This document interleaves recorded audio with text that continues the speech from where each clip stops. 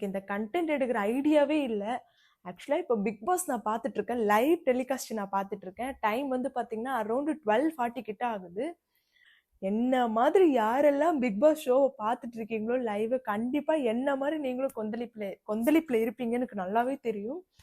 ஆக்சுவலா அந்த ஷோல என்னங்க நடக்குது, அது ஷோவா நடத்துறாங்களா, ஒரு பேசிக் ஹியூமனிட்டி இருக்கான்றதுனா கூட தெரியல. ஒரு பொண்ணை போட்டு அப்படி தள்ளி அது ஒரு நடிப்புன்னு ஒருத்தி சொல்லிட்டு உள்ள உட்காந்துட்டு இருக்கா. அவளுக்கு சப்போர்ட் பண்ண வேற வெளியே ஒரு 4 பேர்.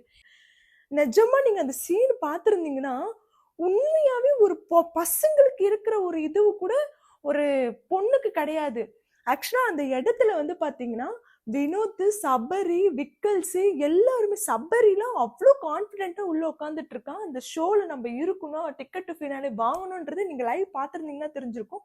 அவன் அவ்வளோ கான்பிடென்ட்டா இருந்திருக்கான். அவன் எழுந்து ஓடி போறான், வினோத் எழுந்து ஓடி போறாரு, விக்கல்ஸ் எழுந்து ஓடி போறாங்க. அந்த இடத்துல திவ்யா அவ்வளோ கேள்வி கேட்கறாங்க. ஒரு பொண்ணா அவளுக்கு அது தப்பாவே தெரியல.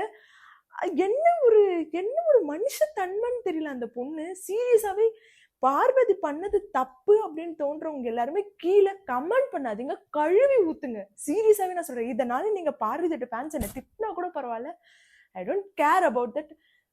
எனக்கு என்ன சொல்றதுன்னு தெரியல, என்னோட கொந்தளிப்பு அப்படி இருக்கு, அவ்வளோ கோவம் வருது. நான் உண்மையாவே அந்த டைம்ல பார்க்கும்போது அவளை நான் அசிங்கமா திட்டிருந்தேன். அந்த நிமிஷத்துல நான் அவளை அசிங்கமா திட்டிருந்தேன்.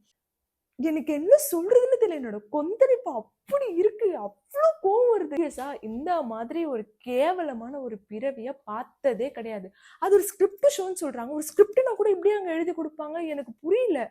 அப்ப அது ஸ்கிரிப்டே கிடையாது. நீங்க அந்த டைம்ல அந்த இடத்துல பார்த்திருந்தீங்கன்னா தெரிஞ்சிருக்கும். அவ்வளோ கேவலமா நடந்துக்கிறான் அந்த பொண்ணு பார்வதி.